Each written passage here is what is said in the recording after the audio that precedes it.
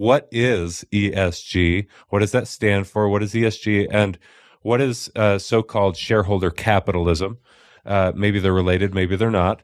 And then what is Strive, your company, doing differently than other large asset managers to combat ESG? So ESG, the nomenclature, is an acronym that stands for environmental, social, and governance factors that ought to influence the way capital is allocated, according to its proponents. So it's a philosophy that says that you have to take these additional factors into account rather than just chasing the most profitable projects.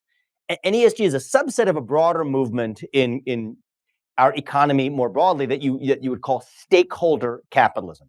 Stakeholder capitalism refers to the ideas that businesses should not just make products and services and sell them for profit, but that they should also advance other social agendas that make the world a better place.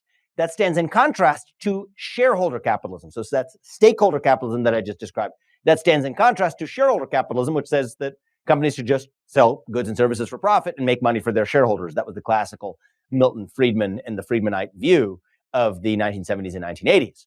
Now, why is this dangerous? Well, one of the ways it's dangerous is the way that Milton Friedman pointed out. If companies are focused on advancing social agendas, in addition to making products and services, they're going to be less effective in making products and services.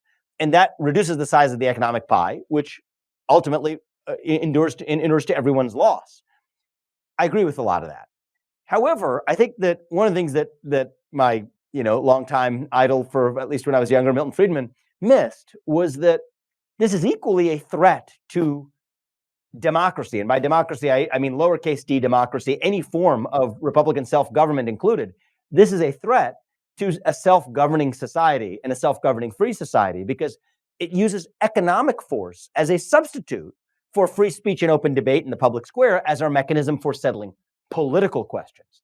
And that's my main beef with it, is that it tells the everyman that your voice doesn't matter in settling questions ranging from climate change to historical racial inequity to whatever the social or political question may be. Those are the kinds of questions that in a democratic society like that of the United States, we settle them as citizens where everyone's voice and vote counts equally.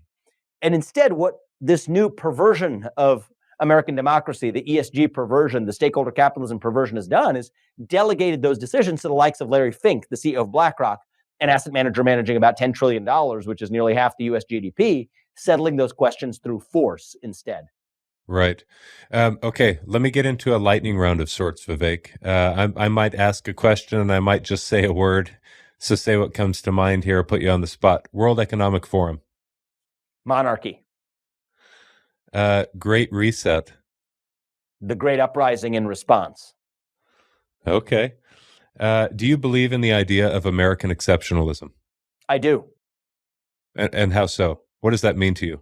Yeah, so American exceptionalism to me refers to not the exceptional nature of the geographic space that we occupy. America is a beautiful country. There's a lot of visually and geographically beautiful countries around the world. I've had the privilege and honor and opportunity of traveling many of them. But the thing that defines American exceptionalism is the idea around which America was born, America was built. We were built, a nation built around a set of ideas and ideals that brought together a polyglot, divided group of people 250 years ago. And I believe in the exceptionalism of those ideas. I believe those are the ideas that still do and will continue to give hope to the free world as we know it. That's what American exceptionalism means to me.